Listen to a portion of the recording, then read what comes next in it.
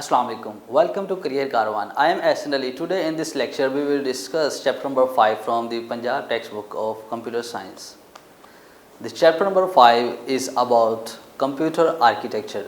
In this lesson we will discuss all the components of computer, that are CPU, memory, I/O units and bus interconnectors. तो start करते हैं हमारा chapter number 5 जो कि है computer architecture. अगर हम देखें 1951 में सबसे पहले वैन न्यूमन एक कंप्यूटर साइंटिस्ट था जिसने एक डिज़ाइन प्रपोज किया था कंप्यूटर आर्किटेक्चर के हवाले से, और उसकी टीम ने उसमें यह था कि जो कंप्यूटर सिस्टम होगा वो एक प्रोग्राम पे डिपेंड करेगा। अब प्रोग्राम क्या होता है? Set of instructions are called programme.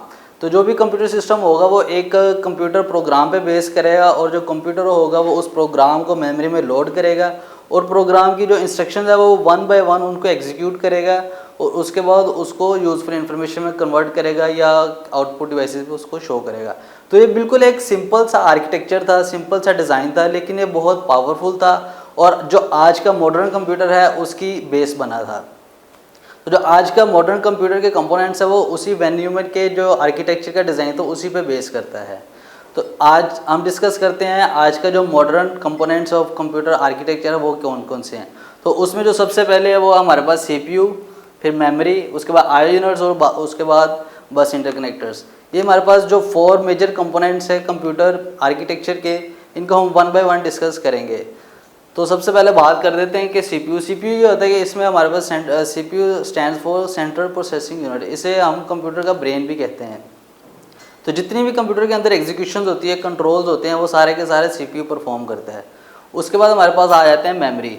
जितनी भी हमारे पास स्टोरेज डिवाइसेस होती हैं, कोई भी स्टोरेज का काम होता है, हमने कुछ स्टोर करना होता है, कुछ गेट करना होता है, कोई भी डेटा या इन्फॉर्मेशन को स्टोर करने के लिए, तो उसके लिए हमें मेमोरी की ज़रूरत पड़ती है।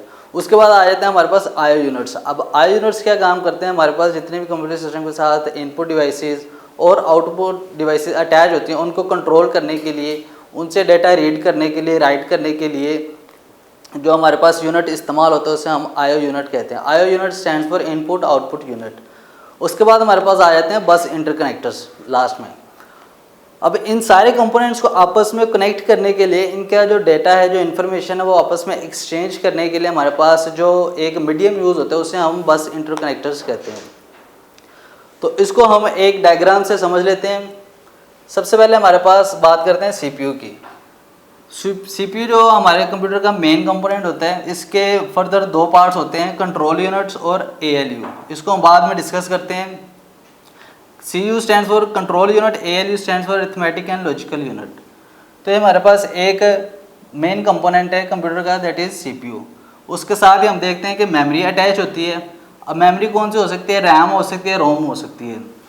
उसके बाद हमारे पास जो I/O डिवाइसेज है, इनपुट और आउटपुट डिवाइसेज, उन सबको कनेक्ट किया हुआ है बसेस के थ्रू। तो ये जो डाटा हमारे पास जो CPU होता है वो बेसिकली क्या करता है कि या तो मेमोरी से डेटा रीड करता है या उस पर राइट करता है, रीड भी करता है और राइट भी करता है। और उसके बाद जो CPU होता है वो I/O डिवाइसेस के साथ भी कनेक्ट होता है और इनपुट आउटपुट डिवाइसेस से या तो डाटा रीड करता है या राइट करता है।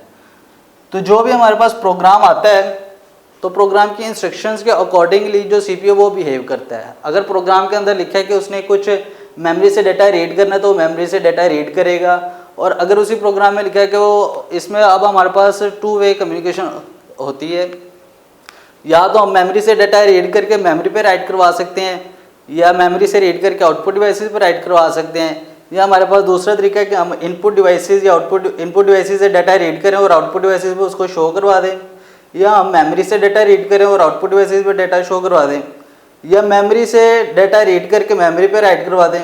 तो इस तरह हमारे पास 4 डिफरेंट कॉम्बिनेशन बन सकते हैं।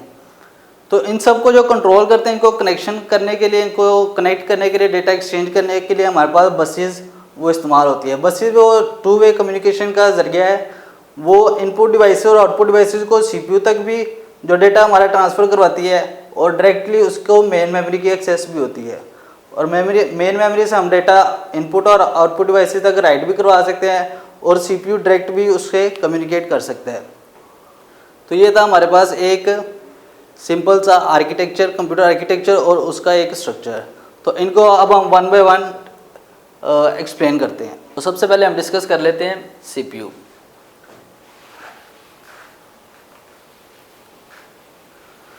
CPU stand for central processing unit. It is also called brain of computer. जो हमारे पास पर्सनल कंप्यूटर होते हैं उसमें इसको माइक्रो प्रोसेसर भी कहते हैं। सारी की सारी जो कंप्यूटर के अंदर प्रोसेसिंग होती है, एग्जीक्यूशन होती है, वो बेसिकली इसी पार्ट के अंदर होती है। जो CPU होता है वो हमारे पास मिलियंस ऑफ स्मॉल सर्किट्स का कॉम्बिनेशन होता है। इसके अंदर काफ़ी ज़्यादा छोटे छोटे स्मॉल कंपोनेंट्स होते हैं, जो सर्किट्स होते हैं, जिनकी मदद से ये CPU बना होता है। तो ये बेसिकली करता है क्या कि जो भी हमारे पास प्रोग्राम लिखा होता है उसमें जो सी इंस्ट्रक्शंस होती है उन इंस्ट्रक्शंस के अकॉर्डिंगली ये बिहेव करता है। उन इंस्ट्रक्शन को वन बाय वन एग्जीक्यूट करता है और उसके अकॉर्डिंगली हमें कोई भी आउटपुट जो होती है हमारी इन्फॉर्मेशन वो प्रोवाइड करता है। तो इसके मेजर दो कंपोनेंट्स हैं, जैसे हम डायग्राम में भी देख सकते हैं कि CPU और ALU। अब इनको हम फर्दर चेक करते हैं। CPU stands for control unit. अब कंट्रोल यूनिट क्या करता है, हमारे पास जितनी भी एग्जीक्यूशन होती है उनका रिस्पॉन्सिबल जो होता है वो कंट्रोल यूनिट होता है। हमारे पास जो भी फ्लो होता है कंट्रोल्स का, हमारे पास इनपुट डिवाइसेस के कुछ इन्फॉर्मेशन हमने गेट करनी है, मेमोरी पे कुछ स्टोर करनी है, तो उसका जो रिस्पॉन्सिबल होता है, जो सारी कम्युनिकेशन का कंट्रोल करता है, वो हमारे पास कंट्रोल यूनिट होता है। ये CPU के अंदर ये इसके दो पार्ट्स हमने CPU को दो हिस्सों में डिवाइड कर दिए उनकी वर्किंग के लिहाज से, कि जो ये वाला काम करता है उसको हम कंट्रोल यूनिट कहते हैं, जो दूसरा काम करता है उसको हम ALU कहते हैं। तो जितने भी हमारे पास कंट्रोल्स के लिहाज से एग्जीक्यूशन है, उनकी जो भी परफॉर्मेंस है, कि जो भी कंट्रोल हमारे पास आएंगे उनको कौन मैनेज करेगा, तो उसका जो रिस्पॉन्सिबल हमारे पास होता है कंट्रोल यूनिट। अब हमारे पास जो प्रोग्राम होता है वो सेट ऑफ इंस्ट्रक्शन होता है, तो जितनी भी उसमें इंस्ट्रक्शन लिखी होती है उनको वन बाय वन वो एग्जीक्यूट करता है। दूसरा हमारे पास जो मेजर कंपोनेंट है CPU का, उसको हम कहते हैं ALU। ALU stand for arithmetic and logical unit. अब इसके फर्दर दो कंपोनेंट्स है। ALU के अंदर हमारे पास दो यूनिट्स होते हैं, एक लॉजिकल यूनिट और एक अरिथमेटिक यूनिट। जो अरिथमेटिक यूनिट होता है वो बेसिकली क्या करता है, हमारे प्रोग्राम के अंदर जितने भी अरिथमेटिक ऑपरेशन होते हैं उनको अगर परफॉर्म करना हो तो उसके लिए रिस्पॉन्सिबल होता है हमारा अरिथमेटिक यूनिट, और जितने भी लॉजिकल ऑपरेशन परफॉर्म करने होते हैं उसका जो रिस्पॉन्सिबल वो होता है लॉजिकल यूनिट। अब अरिथमेटिक और लॉजिकल ये क्या है, ये मैथमेटिकल टर्म्स है हमारे पास, कि अगर हमने कोई भी ऑपरेशन परफॉर्म करना है, जैसे कि हमारे पास लेट्स सपोज एडिशन का होता है, सब्ट्रैक्शन का होता है, डिवाइड का होता है और उसके बाद मल्टीप्लिकेशन का होता है। तो इस तरह के जो भी हमारे पास ऑपरेशंस होते हैं, हमारे पास अरिथमेटिक ऑपरेशंस उन्हें कहते हैं अरिथमेटिक ऑपरेशन। ये मैथमेटिकल के बेसिक ऑपरेशन है, ऐड करना, दो नंबर्स को सब्ट्रैक्ट करना, माइनस करना, या डिवाइड करना, मॉडुलस लेना और उनको मल्टीप्लाई करना। तो इस तरह के जो भी हमारे पास ऑपरेशंस होते हैं उन्हें हम कहते हैं अरिथमेटिक ऑपरेशंस। और इन अरिथमेटिक ऑपरेशंस को कौन कंट्रोल करता है, कौन एग्जीक्यूट करता है, उसके लिए हमारे पास होता है अरिथमेटिक यूनिट। उसके बाद सेकंड जो आया था हमारे पास लॉजिकल यूनिट। अब लॉजिकल यूनिट क्या करता है, हमारे पास जितनी भी एग्जीक्यूशन होती है लॉजिकल मतलब कंपैरिजन करना। अगर हमने कोई भी इवैल्यूएशन करनी है लॉजिकली, लेट्स सपोज अगर हम चाहते हैं कि 2 इज़ लेस देन 5, तो अगर हमने इस तरह की कोई भी एक्सप्रेशन को इवैल्यूएट करना है तो उसके लिए कौन सा यूनिट हमारे पास इस्तेमाल होगा, वो होगा लॉजिकल यूनिट। वो लॉजिकली कंपेयर करेगा कि whether 2 is less than to 5 और इक्वल टू 5 और ग्रेटर देन टू 5। तो इस तरह के हमारे पास जितने भी ऑपरेशन होते हैं, लेस देन के, ग्रेटर देन के, इक्वल के, नॉट इक्वल के, या ग्रेटर देन इक्वल के और लेस देन इक्वल के, तो ये जितने भी हमारे पास लॉजिकल ऑपरेशंस हैं इनको जो मैनेज करता है, कंट्रोल करता है, परफॉर्म करता है, वो हमारे पास होता है लॉजिकल यूनिट। तो इन दोनों को हम कंबाइन करके बोलते हैं ALU। ये हमारे पास होता है अरिथमेटिक यूनिट AU और इसको हम कहते हैं लॉजिकल यूनिट, और इन दोनों को कंबाइन करके हम कहते हैं arithmetic and logical unit ALU। तो ये बेसिकली हमारे पास फ्लो है CPU का। CPU के दो कंपोनेंट्स होते हैं, कंट्रोल यूनिट और अरिथमेटिक लॉजिकल यूनिट। जो कंट्रोल यूनिट है वो हमारे पास जितनी भी कम्युनिकेशन होती है through input devices to main memory, उनको जो कंट्रोल करता है वो हमारे पास कंट्रोल यूनिट होता है। और जितने भी हमारे पास अरिथमेटिक या लॉजिकल ऑपरेशन होते हैं, कैलकुलेशन वगैरह होती है मैथमेटिकल, तो उनका जो रिस्पॉन्सिबल होता है वो हमारे पास ALU होता है। ये हमने चेक कर लिया CPU। उसके बाद जो हमारे पास कंपोनेंट आया था दैट इज़ मेमोरी। अब हम उसको रीड करते हैं। मेमोरी क्या होता है? हमारा जो सेकंड कंपोनेंट है दैट इज मेमोरी। अब मेमोरी हम देख रहे हैं कि इस एग्जांपल में हमारे पास ये एक मेमोरी है जिसमें रैम भी आ जाती है, रोम भी आ जाती है, ये प्राइमरी मेमोरी। इसके बाद सेकेंडरी मेमोरी है, उस पर भी हम डिस्कशन करेंगे। तो ये हमारे पास सीपीयू है, सीपीयू ने जो भी डेटा रीड करना वो या तो मेमोरी से करेगा या इनपुट डिवाइसेस से करेगा। तो पहले हम देखते हैं कि अगर उसने मेमोरी से डेटा रीड करना है तो जो मेमोरी उसका स्ट्रक्चर क्या है, वो किस लिए काम करती है और वो सीपीयू के लिए किस तरह बेनिफिशियल है। तो बात करते हैं हम मेमोरी की। तो जो मेमोरी है कंप्यूटर सिस्टम के अंदर वो एक स्टोरेज यूनिट है जिसके अंदर कैपेसिटी होती है कि वो जो डेटा के यूनिट्स हैं उनको स्टोर कर सकती है। जो बेसिक डेटा को स्टोर करने का यूनिट्स होता है हमारे पास कंप्यूटर सिस्टम के अंदर, उसको हम कहते हैं बिट, जो बिल्कुल बेसिक यूनिट है। उन्हीं को कंबाइन करके हम बाद में बाइट में कन्वर्ट करते हैं, वर्ड्स में कन्वर्ट करते हैं, फिर केबीज में, एमबीज में, जीबीज में और टीबीज में। तो जो मेमोरी होती है वो बेसिकली हमारे पास स्टोरेज यूनिट होता है जो कि चीज़ों को स्टोर करने के लिए, उनको रिट्रीव करने के लिए इस्तेमाल होता है। जो प्राइमरी मेमोरी है वो बेसिकली हमारे पास सबसे फास्ट और एफिशिएंट वे है डेटा स्टोरेज का। तो और ये सीपीयू के बिल्कुल पास होती है। सीपीयू ने कोई भी कम्युनिकेशन करनी हो, डेटा रीड करना, तो सबसे पहले वो चेक करता है मेमोरी के अंदर। अगर उसको मेमोरी में कोई चीज़ें मिल जाती हैं तो उनको एग्जीक्यूट कर देता है। तो जो भी हमारे पास जो प्रोग्राम्स होते हैं वो चाहे हमारे पास किसी एक्सटर्नल ड्राइव पे पड़े हैं, स्टोरेज एक्सटर्नल मतलब सेकेंडरी डिवाइस पे पड़े हैं, यूएसबी में, हार्ड ड्राइव में, या हम नेटवर्क से डाउनलोड करें, कहीं से भी अगर हमारे पास वो सेकेंडरी है तो कोई भी एग्जीक्यूशन होनी है अगर हमारे कंप्यूटर के अंदर कोई भी प्रोग्राम अगर हम चलाते हैं, लेट्स सपोज अगर हमने कोई भी छोटा सा प्रोग्राम है, कैलकुलेटर अगर हम लोग ओपन करने कंप्यूटर सिस्टम के अंदर, तो सबसे पहले उस कैलकुलेटर की जो भी फाइल्स हैं, उनका जो प्रोग्राम का सेटअप है, जो सेट ऑफ इंस्ट्रक्शंस है, वो सारा प्रोग्राम मेन मेमोरी के अंदर लोड होता है। तो फिर जैसे ही हम उसको यूज़ करना स्टार्ट करते हैं, पहले वो सारा का सारा मेन मेमोरी के अंदर लोड होता है, फिर उसमें जो भी इंस्ट्रक्शंस लिखी होती है वो 1 बाय 1 एग्जीक्यूट करता है सीपीयू, फिर हमें वो जो कैलकुलेटर वो हमें डिस्प्ले होता है। तो फिर जैसे ही हम उस पर कोई भी ऑपरेशन परफॉर्म करते हैं, लेट्स सपोज 2+5 करते हैं उस कैलकुलेटर के अंदर, तो वो दोबारा जब मेन मेमोरी के अंदर ही वो सारा प्रोग्राम लोड होता है, फिर वो इंस्ट्रक्शन जो होती हैं वो जाती हैं हमारे पास ALU के अंदर, वो उनको एग्जीक्यूट करके कैलकुलेट करके, तो जो दोबारा हमारे पास जो आंसर होता है वो दोबारा मेन मेमोरी के ऊपर राइट करवा देता है। तो जो मेन मेमोरी होती है हमारे पास वो बेसिकली टेम्परेरी तौर पे होती है। इसकी फर्दर टाइप्स है वो हम बाद में बात करते हैं। तो जो मेन मेमोरी है वो बेसिकली सबसे फास्ट होती है और जो कंप्यूटर लोड होता है हमारे पास उसकी एग्जीक्यूशन के दौरान ये इस्तेमाल होती है। जैसे प्रोग्राम कोई एग्जीक्यूट हो रहा है तो सबसे पहले मेन मेमोरी में लोड होगा, उसके बाद ही उसकी एग्जीक्यूशन स्टार्ट होगी, और जैसे प्रोग्राम एग्जीक्यूशन ख़त्म कर देगा तो वो मेन मेमोरी से जो लोडिंग है उसकी वो ख़त्म हो जाएगी, वो उससे डीलोड हो जाएगा और वहाँ उसकी मेमोरी खाली हो जाएगी। तो हम इसका स्ट्रक्चर देख लेते हैं। बेसिकली जो मेमोरी होती है वो मैंने आपको बताया कि बिट्स का कॉम्बिनेशन होता है जो सबसे पहले होता है। एक और चीज़ कि जो मेमोरी है हमारे पास वो सेमीकंडक्टर मटेरियल होता है, उसके अंदर स्मॉल चिप्स होती हैं और हर चिप के अंदर जो स्टोरेज का यूनिट होता है वो बिट होता है। तो हमारे पास एक सेमीकंडक्टर कोई यूनिट है मटेरियल, उसके अंदर जो चिप्स हैं वो बेसिक यूनिट स्टोर करती हैं बिट का।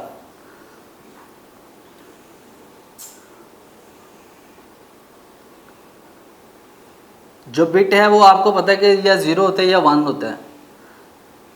वो बेसिकली हमारे पास ट्रू और फॉल्स की फॉर्म में होते हैं, या ऑन और ऑफ में होते हैं, या हम उसको 0 और 1 में उसको कंसिडर करते हैं। तो लेट्स सपोज ये हमारे पास एक मेन मेमोरी का एक ब्लॉक है, उसमें ये बिट्स हैं, या तो 1 हो सकती है, 0 हो सकती है, 1 1 हो सकती है, 0 0 हो सकती है, या 1 0, मतलब 0 और 1 हो सकती है, इनके अलावा और कोई भी इसमें डिजिट नहीं आएगा।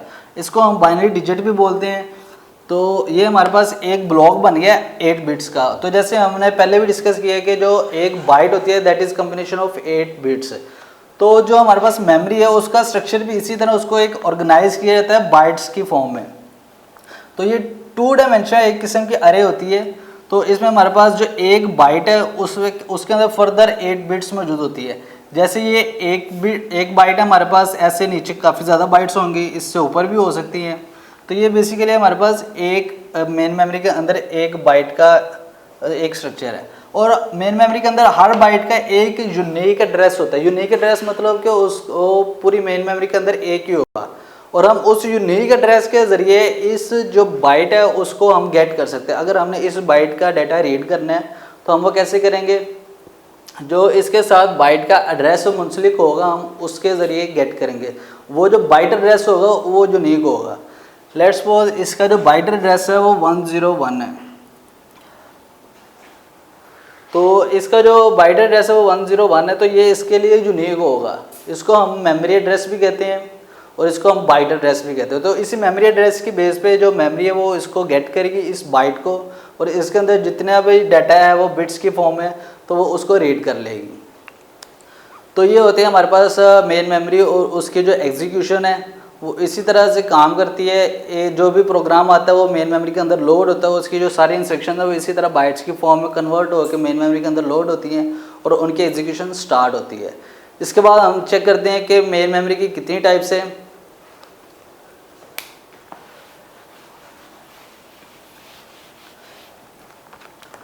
तो बेसिकली जो हमारे पास होता है, जैसे यहाँ पे भी आपको नज़र आ रहा होगा कि मेमोरी जो होती है वो या तो रैम हो सकती है या रोम हो सकती है। सबसे पहले हम रैम को डिस्कस करते हैं।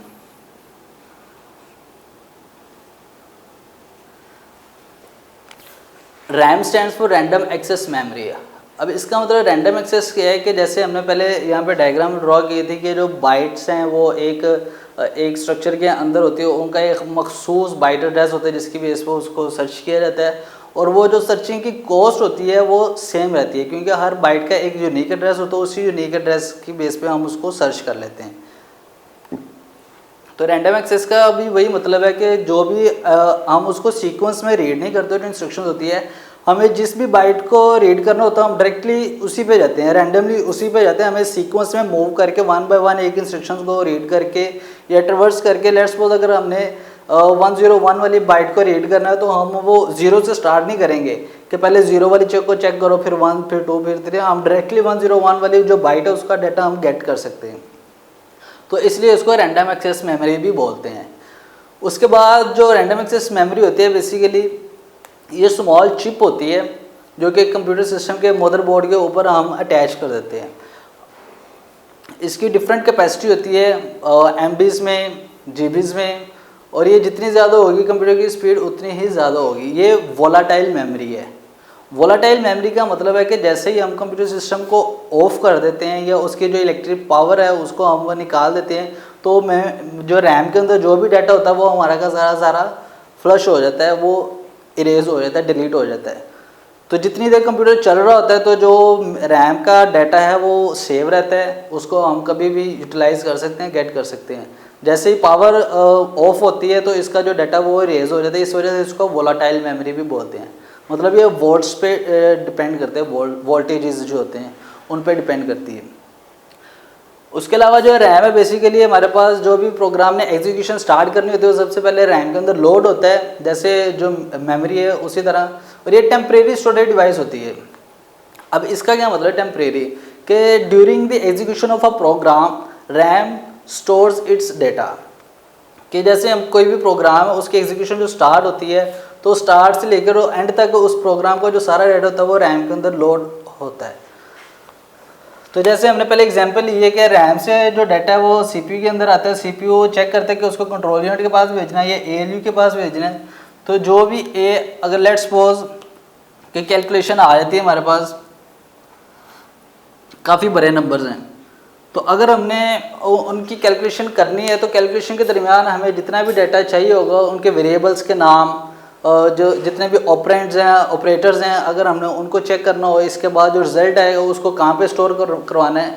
लेट्स सपोज हमारे पास एक एक्सप्रेशन है 2 × 3 + 5, तो इसकी एग्जीक्यूशन करनी है एएलयू में। तो सबसे पहले वो पेरेंथेसिस वाले जो पार्ट है उसको इवैल्यूएट करेगा, तो ये 6 हो गया 2 × 3, और उसके बाद वो करेगा 5। तो ये जो इसके बाद जो वैल्यू है ये 6 ये कहाँ पे स्टोर होगी, पहले तो इसको इवैल्यूएट करेगा, जो इसका आंसर आएगा उसको 5 में ऐड करेगा। तो ये 2 × 3 का जो आंसर है ये 6, इसको कहाँ पे स्टोर करेगा वो, तो इसको स्टोर करने के लिए हमारे पास जो है वो रैम यूज़ होती है। तो ये वाला जो आंसर होगा वो रैम के अंदर स्टोर होगा टेम्परेरी तौर पे। इसका ये मतलब है, जो टेम्परेरी में बात कर रहा था उसका ये मतलब है कि ये जो 6 है वो टेम्परेरी तौर पर रैम के अंदर स्टोर होगा, और उसके बाद जैसे ही नेक्स्ट इंस्ट्रक्शन होगी तो वो इसको कॉल करके 6 + 5 करके जो आंसर होगा वो 11। अब इसको जो स्टोर करेगा वो भी रैम के अंदर ही स्टोर होगा, तो ये रैम के अंदर स्टोर होगा। उसके बाद इसको फर्दर अगर हमने कहीं यूज़ करना हो, आउटपुट डिवाइसेस पे उसको शो करवाना हो, कहीं पर फाइल में राइट करवाना हो, तो वो हम बाद में करवा सकते हैं। तो प्रोग्राम के दौरान जितनी भी टेम्परेरी तौर पे हमें मेमोरी की ज़रूरत होती है वो हमें रैम प्रोवाइड करती है। रैम की फर्दर 2 टाइप्स हैं, D RAM and S RAM.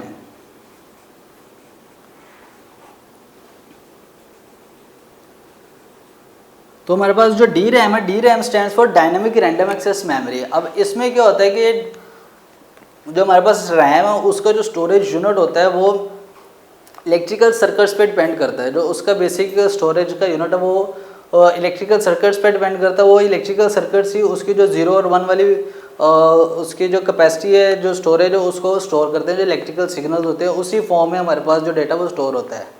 तो उसमें होता ही है कि जैसे वो इलेक्ट्रिकल चार्जेस होते हैं तो वो टाइमली डिक्रीज होना शुरू हो जाता है। जो उसमें चार्ज होता है वो आहिस्ता आहिस्ता टाइम के साथ साथ डिक्रीज हो जाता है। तो और अगर वो ज़्यादा डिक्रीज हो जाए तो वो जो डाटा होगा वो लॉस्ट हो जाता है। तो इसलिए हमें ज़रूरत पड़ती है कि हम बार बार उसको रिचार्ज करें, हम उसको रिफ़्रेश करें। जो उसकी चार्जिंग की कैपेसिटी है वो आहिस्ता आहिस्ता डिक्रीज होती है और वो मेमोरी लॉस होने का हमारे पास ख़तरा होता है। तो इसलिए हमें ज़रूरत पड़ती है कि हम बार बार उसको रिफ़्रेश करें या रिचार्ज करें उस मेमोरी यूनिट को। तो हम 1 सेकंड में हमें काफ़ी दफ़ा उसको रिचार्ज करना पड़ता है या रिफ़्रेश करना पड़ता है ताकि हमारा जो डाटा वो लॉस्ट ना हो। तो इसलिए हमें कहते हैं कि ये डायनेमिक रैंडम एक्सेस मेमोरी, इसको हमें बार बार रिफ़्रेश करना पड़ता है। और जैसे हम रिफ़्रेश करते हैं तो उस दौरान, रिफ़्रेशिंग के दौरान CPU कोई भी डाटा रैम के अंदर ना राइट करवा सकता है ना रीड कर सकता है। ये उसका सबसे बड़ा जो ड्रॉबैक है वो ये है कि जैसे हम रिफ़्रेश करते हैं तो उस दौरान, उस टाइम पीरियड के अंदर हम ना तो कोई डाटा उसमें रीड कर सकते हैं, ना उससे कोई रीड कर सकते हैं, ना उस पर कोई राइट करवा सकते हैं, ना रीड कर सकते हैं। तो ये उसका सबसे बड़ा ड्रॉबैक है। उसके बाद ये काफ़ी स्लो होता है। जो डी रैम है वो स्लो होता है क्योंकि इसमें हमें बार बार रिफ़्रेशिंग की ज़रूरत पड़ती है और रिफ़्रेशिंग के दौरान जो हमारी रीड और राइट का ऑपरेशन है वो हम परफॉर्म नहीं कर सकेंगे, तो उस वजह से ये स्लो भी होगा। लेकिन ये हमारे पास सस्ता है, चीप है। उसके बरक्स हमारे पास है S RAM. S RAM stands for static random access memory. In contrast of D RAM, static random access memory में हमारे पास होता है कि स्टैटिक जो हमारे पास स्टोरेज यूनिट है वो स्टैटिक है, उसको हम बार बार रिफ़्रेश नहीं करते। जो भी हमारे पास 0 और 1 का डेटा है वो स्टैटिकली स्टोर होता है in the form of logical जो गेट्स होते हैं, हमने पढ़े थे प्रीवियस क्लासेस में। हमारे पास जो लॉजिकल गेट्स होते हैं बेसिकली वही हम यूज़ करते हैं 0 और 1 का जो डेटा उनको स्टोर करने के लिए। जो डी रैम है उसमें हमारे पास इलेक्ट्रिकल चार्जेस यूज़ होते हैं डेटा को स्टोर करने के लिए, और एस रैम के अंदर हमारे पास लॉजिकल गेट्स इस्तेमाल होते हैं 0 और 1 को स्टोर करने के लिए। डी रैम के अंदर हमें रिफ़्रेशिंग की ज़रूरत होती है ताकि, क्योंकि हम वो इलेक्ट्रिकल चार्जेस यूज़ करते हैं, लेकिन एस रैम के अंदर हमें वो रिफ़्रेशिंग की ज़रूरत नहीं होती। तो उसी वजह से जो एस रैम है, क्योंकि उसमें रिफ़्रेशिंग की ज़रूरत नहीं होती, बार बार डेटा को रिफ़्रेश या चार्ज नहीं करना पड़ता, तो इस वजह से ये काफ़ी फास्ट है डी रैम की निस्बत। इससे 100 ऑफ टाइम्स ये फास्ट है और ये 10 टाइम्स इससे कॉस्टली है, क्योंकि इसमें हम जो एक्सपेंसिव गेट्स होते हैं उनको यूज़ करते हैं। तो ये डी रैम की निस्बत ये काफ़ी कॉस्टली है, महंगी है, लेकिन इसकी स्पीड इससे काफ़ी बेहतर होती है। तो ये था हमारे पास रैम और उसकी टाइप्स और उनके जो डिफरेंस है वो भी हमने चेक कर लिया। इसका आपको क्वेश्चन आ सकता है, what is RAM and describe difference between D RAM and S RAM. तो ये एक कंप्लीट क्वेश्चन हमारा कवर हो चुका है। तो उसके बाद हम फर्दर चेक करते हैं हमारे पास रोम को, कि रोम क्या होती है। रोम stands for read only memory. अब इसमें होता ही है कि ये भी एक मेमोरी चिप होती है, इसमें स्टोरेज का यूनिट है, जो डेटा वो स्टोर होता है, लेकिन इसमें कुछ चेंजेस है रैम की निस्बत। जो रैम है वो टेम्परेरी स्टोरेज डिवाइस है, उसमें जो डाटा वो आर्जी तौर पर स्टोर होता है, उसमें हम डाटा रीड भी कर सकते हैं, राइट भी कर सकते हैं, लेकिन जो रोम है, रोम stands for read only memory, मतलब इससे सिर्फ हम डेटा रीड कर सकते हैं, इस पर राइट नहीं कर सकते। जो भी इस पर डेटा लिख दिया गया वो सिर्फ एक दफ़ा लिख दिया गया, उसको हम बाद में चेंज नहीं कर सकते, आल्टर नहीं कर सकते।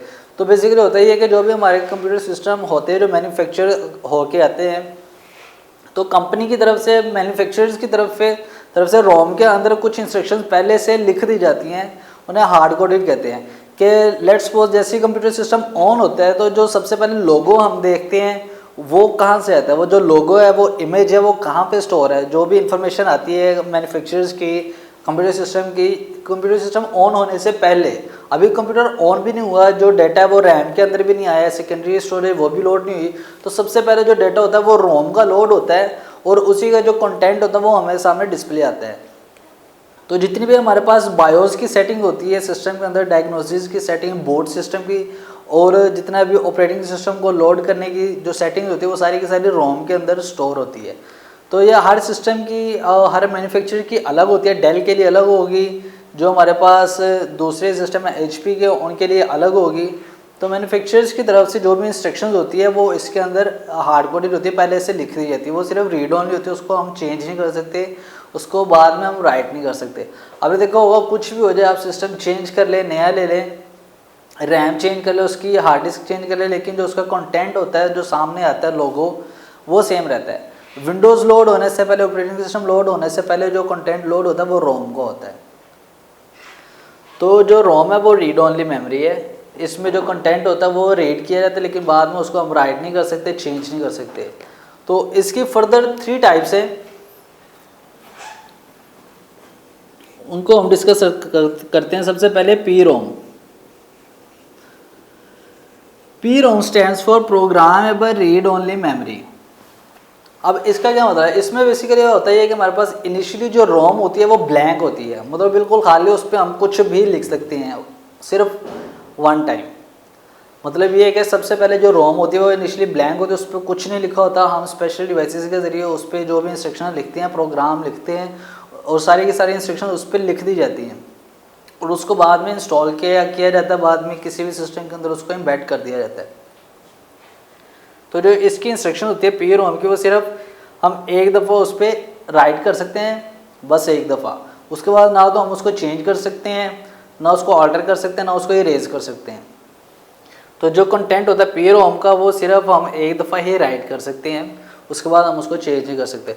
तो इसकी निस्बत दूसरे ही हमारे पास आ जाती है, सेकंड जो टाइप है उसको हम कहते हैं EPROM।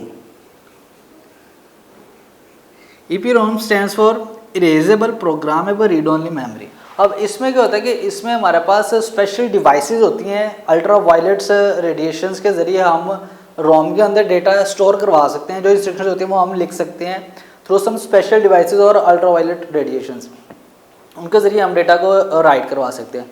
और बाद में उन्हीं डिवाइसेस को यूज़ करते हुए, जो स्पेशल डिवाइसेस हैं हमारे पास, उनको यूज़ करते हुए हम जो रोम का डेटा उसको इरेज भी कर सकते हैं, इरेज करके दोबारा फिर हम राइट भी करवा सकते हैं उन्हीं डिवाइसेस के थ्रू।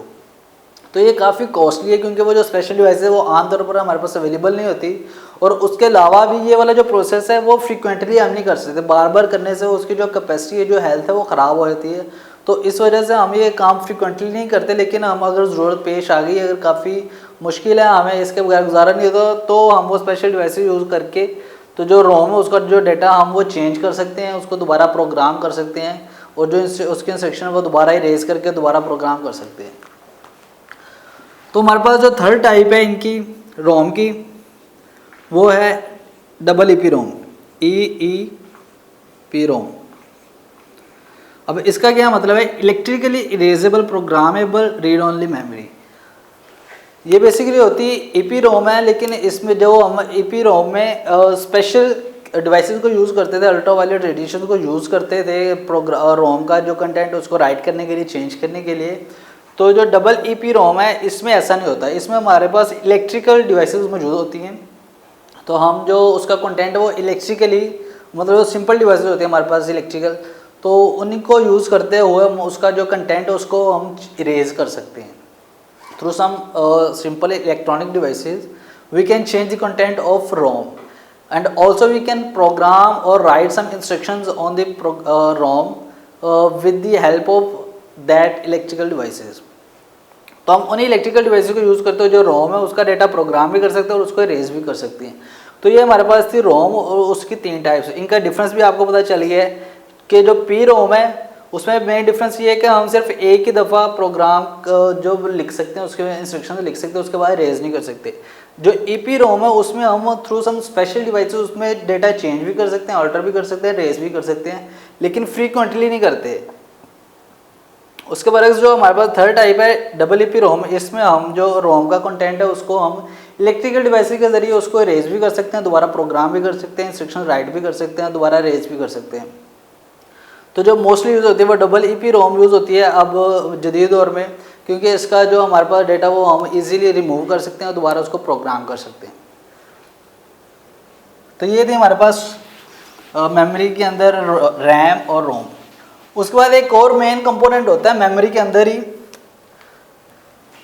जो कि हमारी कंप्यूटर सिस्टम की स्पीड को यूटिलाइज करने के लिए काफ़ी अहम किरदार अदा करता है। उससे हम कहते हैं कैशे मेमोरी।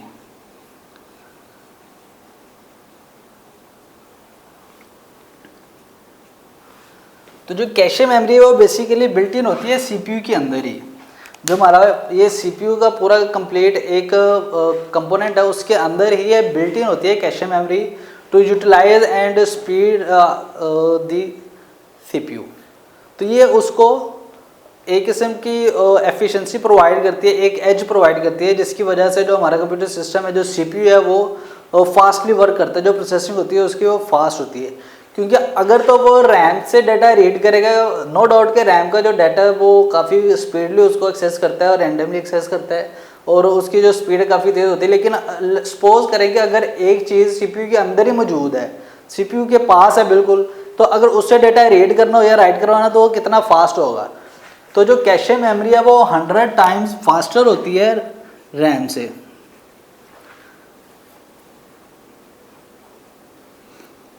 जो रैम है उसकी स्पीड से जो कैशे मेमोरी की स्पीड है वो 100 टाइम्स ज़्यादा होती है, क्योंकि ये सीपीयू के बिल्कुल अंदर होती है, उसके अंदर ही बिल्ट इन मौजूद होती है। तो जो भी हमारे पास जो डेटा टेम्परेरी तौर पे स्टोर करना होता है या रीड करना, तो सबसे पहले जो सीपीयू होता है वो सबसे पहले चेक करते हैं कैशे मेमोरी के अंदर वो डेटा पड़ा है या नहीं पड़ा। लेट्स सपोज जैसे हमने पहले एग्जांपल ली थी 2 × 3 + 5 की, कि उसने कैलकुलेशंस करनी है, कुछ जो कैरीज आएंगे उनको स्टोर करना है और जो आउटपुट्स आएंगे उनको दोबारा रीवैल्यूएट करके यूज़ करना है। तो उस तरह के जो सारे के सारे काम होंगे, जो बेसिक उसको वेरिएबल्स और ऑपरेटर्स ऑपरेंट्स की वैल्यूज़ होंगी उनको यूज़ करना होगा, तो सबसे पहले वो चेक करेगा कैशे मेमोरी को। तो अगर उसको वैल्यू कैशे मेमोरी से मिल जाएगी तो वेल एंड गुड, वो उसी को यूज़ करेगा, यूटिलाइज करेगा। लेकिन अगर वो कैशे मेमोरी से नहीं मिली तो वो कंटेक्ट करेगा रैम के अंदर या मेन मेमोरी के अंदर। तो फिर वो वहाँ से डेटा रीड करके कैशे मेमोरी में लेके आएगा, फिर उसके बाद कैशे मेमोरी से डेटा रीड करके तो उससे प्रोसेसिंग करेगा। तो जो कैशे मेमोरी है वो कंप्यूटर सिस्टम की स्पीड को तेज़ करने के लिए, उसको फास्ट करने के लिए काफ़ी अहम किरदार अदा करती है। जो इसकी कैपेसिटी होती है वो डिफरेंट होती है हर सिस्टम के अंदर। तो जितनी इसकी कैपेसिटी ज़्यादा होगी, आमतौर पर 1 MB 2 MB की जो कैशे मेमोरी वो इनफ होती है एक आमतौर के पर्सनल सिस्टम के अंदर। लेकिन जैसे ही हम इसकी जो कैपेसिटी है वो ज़्यादा करेंगे तो कंप्यूटर सिस्टम की स्पीड भी तेज़ होगी। लेकिन ये इसका ड्रॉबैक ये कि ये कंप्यूटर सिस्टम के अंदर सीपीयू के अंदर बिल्ट इन होती है, तो इसको हम आम तौर पर चेंज नहीं कर सकते, लेकिन हो भी सकती है, लेकिन इतना फ्रीक्वेंटली नहीं करते। जो भी सिस्टम के अंदर मौजूद होती है उसकी कैशे मेमोरी सिर्फ वही रहेगी। तो ये आमतौर पर 1 MB 2 MB 4 MB तक हो सकती है। इसको इतनी ज़्यादा मतलब जीबीज़ में या 250 MBs या 512 MBs की ज़रूरत नहीं होती है, सिंपली 1 MB 2 MB या 4 MB तक हो सकती है। तो जितनी कैशे मेमोरी ज़्यादा होगी उतनी ही सीपीयू की जो स्पीड है वो ज़्यादा होगी। हमारे पास जो नेक्स्ट आ जाता है, हमने सीपीयू को देख लिया, उसके बाद मेमोरी को देख लिया, उसके बाद हमारे पास रह जाता है आईओ यूनिट और हमारे पास बस इंटरकनेक्टर्स। तो आईओ यूनिट को डिस्कस करने से पहले हम बस इंटरकनेक्टर्स को देख लेते हैं, क्योंकि वो पहले ज़रूरी है। तो सबसे पहले हम चेक कर लेते हैं बस इंटरकनेक्टर्स क्या होते हैं हमारे पास।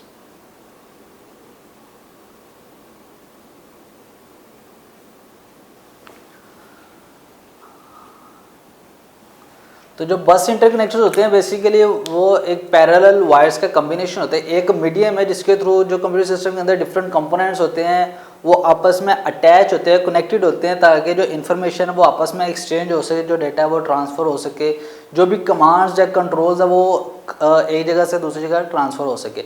तो बेसिकली अगर आप इस डायग्राम में देखें तो जो CPU है हमारे पास वो मेमोरी से भी कनेक्टेड है, वो आई यूनिट से भी कनेक्टेड है, और जो आई यूनिट है वो डायरेक्टली मेमोरी से भी कनेक्टेड है, वहाँ से डाटा रीड भी कर रहा है, राइट भी कर रहा है, कुछ कमांड्स है जो कि वो ट्रांसफ़र कर रहा है। तो इस तरह के जो सारे कनेक्शंस है जैसे कि आप ये एरोज़ के साथ देख रहे हैं, तो ये सारे हमारे पास बस इंटरकनेक्टर्स हैं।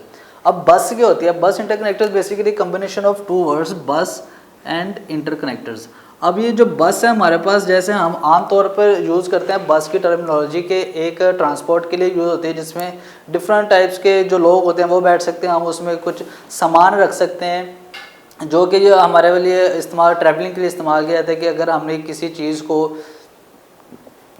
कोई भी शख्स है, कोई सामान हमने एक जगह से एक कंट्री से दूसरी जगह पर ट्रांसफ़र करना है तो उसके लिए हम बस यूज़ करते हैं। तो सेम वही टर्मिनोलॉजी हम यूज़ करें कंप्यूटर सिस्टम के अंदर कि अगर हमने कुछ इन्फॉर्मेशन है, कुछ ब्लॉक या पैकेट ऑफ इन्फॉर्मेशन है जो कि हमने एक कंपोनेंट से दूसरे कंपोनेंट तक ट्रांसफ़र करने, तो उसके लिए हम बस को यूज़ करेंगे। तो बस ये टर्मिनोलॉजीज है। और इंटरकनेक्टर्स क्या कहते हैं? इंटरकनेक्टर्स का मतलब है कि इनको आपस में कनेक्ट किया हुआ है बसेस के थ्रू, कि जैसे ये कंपोनेंट्स आपस में कनेक्टेड हैं, वो हर वक्त किसी भी वक्त आपस में डेटा शेयरिंग कर सकते हैं, इन्फॉर्मेशन को ट्रांसफ़र कर सकते हैं। तो जो इनका इंटरकनेक्टर्स है वो आपस में कनेक्शन है, तो उसको हम इंटरकनेक्टर्स बोलते हैं। और जो कंप्लीट टर्मिनोलॉजीज हमारे पास बनेगी वो होगी बस इंटरकनेक्टर।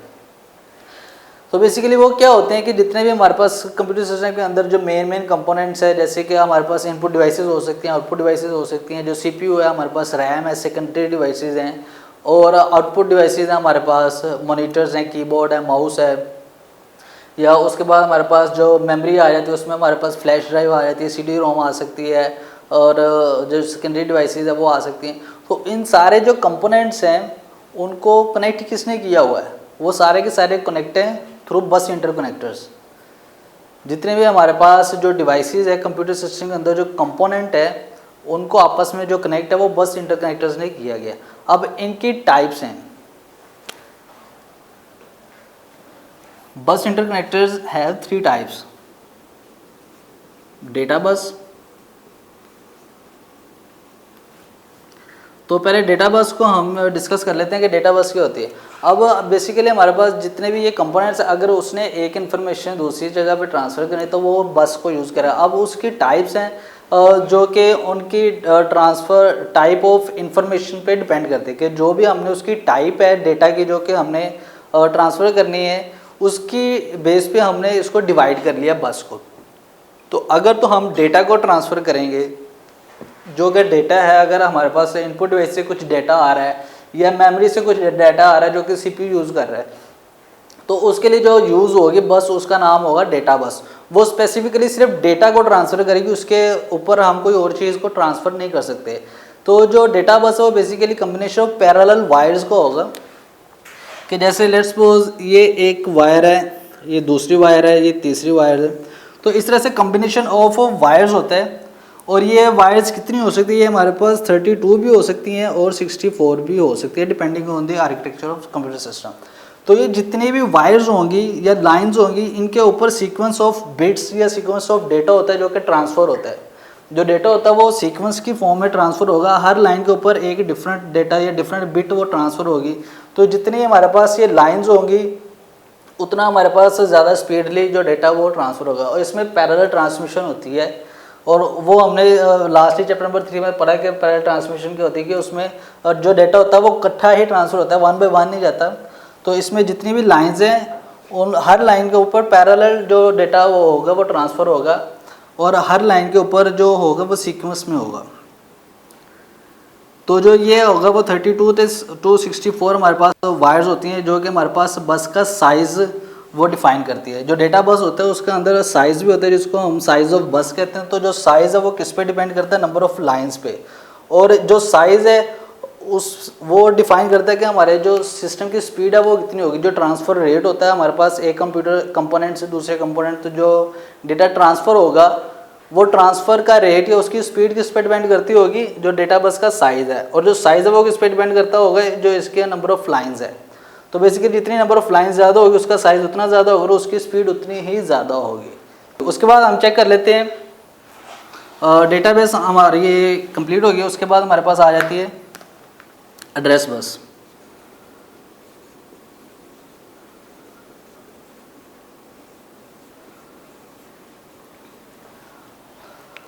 हमारे पास क्या होता है कि जितने भी कंपोनेंट्स हैं उनका एक यूनिक एड्रेस होता है। जैसे हमने बात की है कि मेमोरी के अंदर हर जो बाइट है उसका एक यूनिक एड्रेस होता है जो कि उस मेमोरी लोकेशन को डिफाइन करता है, उसकी लोकेशन को। तो इसी तरह जितने भी हमारे पास कंपोनेंट्स हैं उनका एक यूनिक एड्रेस उनको असाइन होता है कंप्यूटर सिस्टम की तरफ से। कि जैसे हमारे पास अगर कोई इनपुट डिवाइस है, कीबोर्ड है, माउस है, तो हर एक को एक अलग अलग यूनिक एड्रेस मिला होगा जो कि उनकी शनाख्त करने के लिए, उनकी आइडेंटिफाई करने के लिए इस्तेमाल किया जाता है। तो वो यूनिक एड्रेस जो होता है बेसिकली वो हम यूज़ करते हैं एड्रेस बस के अंदर। जो एड्रेस बस होती है वो बेसिकली चेक करती है कि कौन से कंपोनेंट ने कौन सा जो डेटा है वो सेंड किया है और ये किस कंपोनेंट पे जाएगा। लेट्स सपोज अगर हमने कोई डेटा ट्रांसफ़र करना है तो हमें पता होना चाहिए कि ये डेटा वो किस कंपोनेंट से आ रहा है और किस कंपोनेंट पे जाना है। तो जो हमारे पास एड्रेस बस होती है वो बेसिकली जो एड्रेसेस होते हैं कंपोनेंट्स के, वो उनको फोकस करते हुए कि हर कंपोनेंट का जो एड्रेस है, यूनिक एड्रेस है, वो क्या है और ये किस जो डेटा है वो किस कंपोनेंट से आ रहा है और किस कंपोनेंट की तरफ जाएगा। तो जो एड्रेस बस होती है उसके ऊपर जो एड्रेसेस होते हैं कंपोनेंट्स के वो ट्रांसफ़र होते हैं। इसके ऊपर हम डेटा को ट्रांसफ़र नहीं कर सकते, इससे सिर्फ जो एड्रेसेस है वो ही ट्रांसफ़र होंगे। उसके बाद हमारे पास आ जाता है लास्टली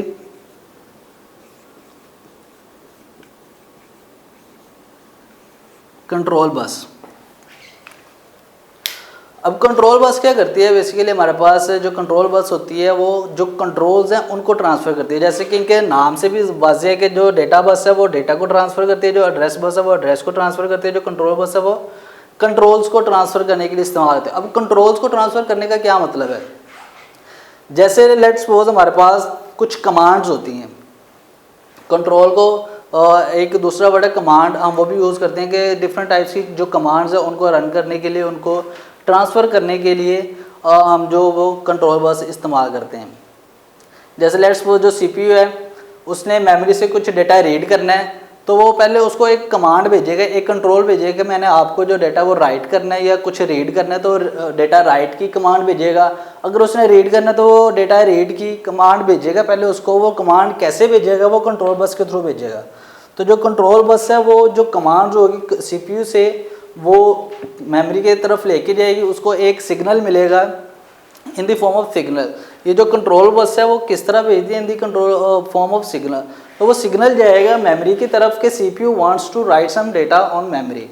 तो फिर वो उसको बता देगी, उसको जो रिक्वेस्ट होगी उसको ग्रांट कर देगी या डिनाई कर देगी कि अभी जो मेमोरी है वो फ्री है या बिजी है, तो उसके अकॉर्डिंगली वो उसको ग्रांट कर देगी या उसको डिनाई कर देगी। तो अगर उसने ग्रांट कर दिया एक्सेस उसको, तो फिर वो जो सीपीयू है वो उसको राइट करने की दोबारा कमांड भेजेगा, मैंने डेटा राइट करना है, तो फिर वो साथ में उसको डेटा भेजेगा और एड्रेस भेजेगा कि मैंने किस कंपोनेंट पे राइट करना है और क्या राइट करना है। तो फिर जो डेटा बस और एड्रेस बस हो वो बाद में यूटिलाइज होती है। तो हम इसको एक एग्जांपल के थ्रू समझ लेते हैं। जैसे मैंने आपको बताया कि let's suppose CPU wants to write some data on memory. तो सबसे पहले जो कंट्रोल बस है वो यूज़ होगी, वो कंट्रोल चेक करेगी उसके मेमोरी फ्री है या नहीं है। तो सबसे पहले जो मेमोरी अगर उसने ग्रांट कर दी उसको एक्सेस, तो सबसे पहले वो जो कमांड होगी हमारे पास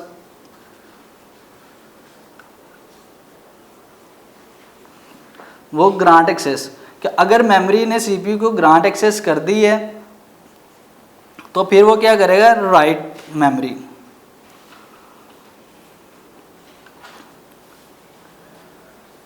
तो फिर वो दूसरा उसको सिग्नल भेजेगा या कमांड भेजेगा कि मैंने मेमोरी के ऊपर कुछ राइट करवाना, तो वो राइट की कमांड भेजेगा कंट्रोल बस के थ्रू।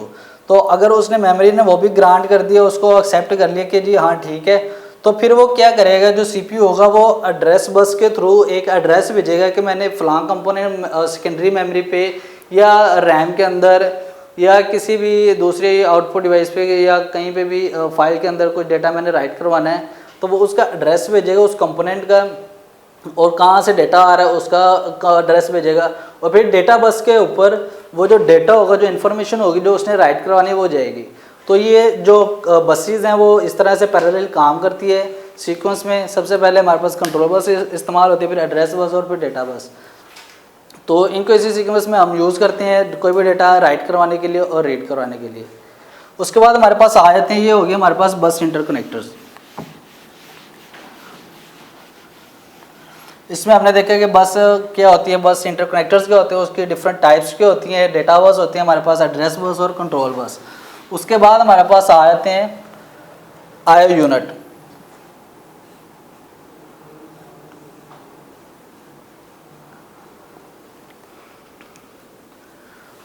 तो हमारा जो कंपोनेंट ऑफ कंप्यूटर, उसमें हमारा लास्ट जो कंपोनेंट रह गया वो है आईओ यूनिट। अब आईओ यूनिट क्या काम करता है, बेसिकली हमारे पास जितनी भी इनपुट और आउटपुट डिवाइसेस होती हैं उनको कनेक्ट करने के लिए, उनसे कम्युनिकेट करने के लिए हमारे पास आईओ यूनिट इस्तेमाल होता है।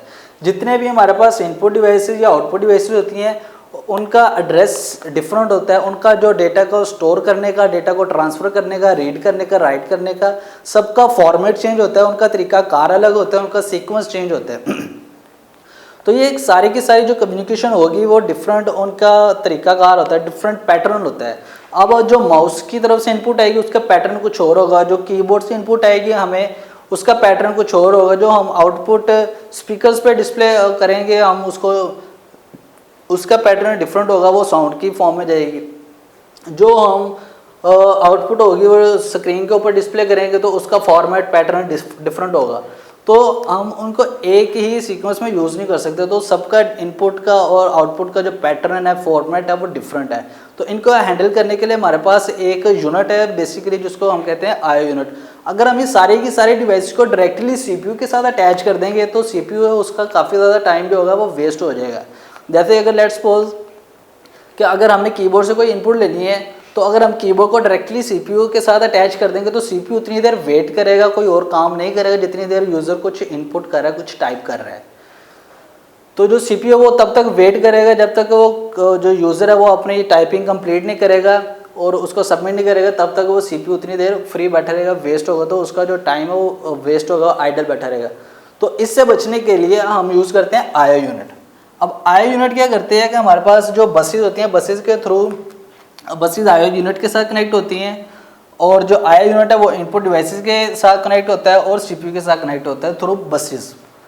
जो सिस्टम बस होती है वो हमारे पास जो मेन कंपोनेंट्स हैं उनको आपस में अटैच करती है। जितने भी मेन मेमोरी है, आईओ यूनिट है, सीपीयू है या रैम है, तो ये होते हैं मेन कंपोनेंट्स। तो इनको कनेक्ट करने के लिए हमारे पास सिस्टम बस यूज़ होती है। तो जो सिस्टम बस है वो बेसिकली सीपीयू के साथ अटैच होगी आईओ यूनिट के साथ। उसके बाद जो आईओ यूनिट होगा वो थ्रू सम बसेस कनेक्ट होगा इनपुट और आउटपुट डिवाइसेस के साथ। तो जो आईओ यूनिट है वो रिस्पॉन्सिबल होगा कि कौन सी डिवाइस हमने इनपुट लेनी है, कौन सी डिवाइस पे आउटपुट करवानी है। तो जो उस टाइम फ्री होगा, जो अवेलेबल होगा, जो बिल्कुल रेडी होगा इनपुट के लिए या आउटपुट के लिए, तो जो आईओ यूनिट है वो उसकी रिक्वेस्ट डायरेक्टली कर देगा सीपीयू के साथ कि जी ये वाली जो इनपुट डिवाइस है अब रेडी टू टेक इनपुट, वो रेडी है इनपुट देने के लिए, तो आप इसे कम्युनिकेट कर लें। तो बेसिकली जो आईओ यूनिट होगा वो रिस्पॉन्सिबल होता है जितनी भी कम्युनिकेशन होती है थ्रू इनपुट डिवाइस और आउटपुट डिवाइसेस टू सीपीयू। ये हमारे पास होता है आईओ यूनिट, और ये बिल्कुल हमारे पास मेन कंपोनेंट होता है इनपुट और आउटपुट डिवाइसेस को कंट्रोल करने के लिए, उनको मैनेज करने के लिए। तो ये था हमारा आज का लेक्चर। इसमें हमने चैप्टर नंबर 5 के जो main components of modern computer system उसको हमने डिस्कस किया। सबसे पहले हमने सीपीयू देखा, सीपीयू के पार्ट्स कितने वो देखे, फिर मेमोरी देखी, उसके जो टाइप्स है रैम रोम वो देखी, उसके बाद हमने बसेस देखी उसकी टाइप्स, और लास्ट में हमने इनपुट आउटपुट जो यूनिट होता है उसको हमने डिस्कस किया। तो ये था हमारा आज का लेक्चर। मिलते हैं हमारे नेक्स्ट लेक्चर में, तब तक अपना ख्याल रखिए, दुआ में याद रखिए। अल्लाह हाफिज़।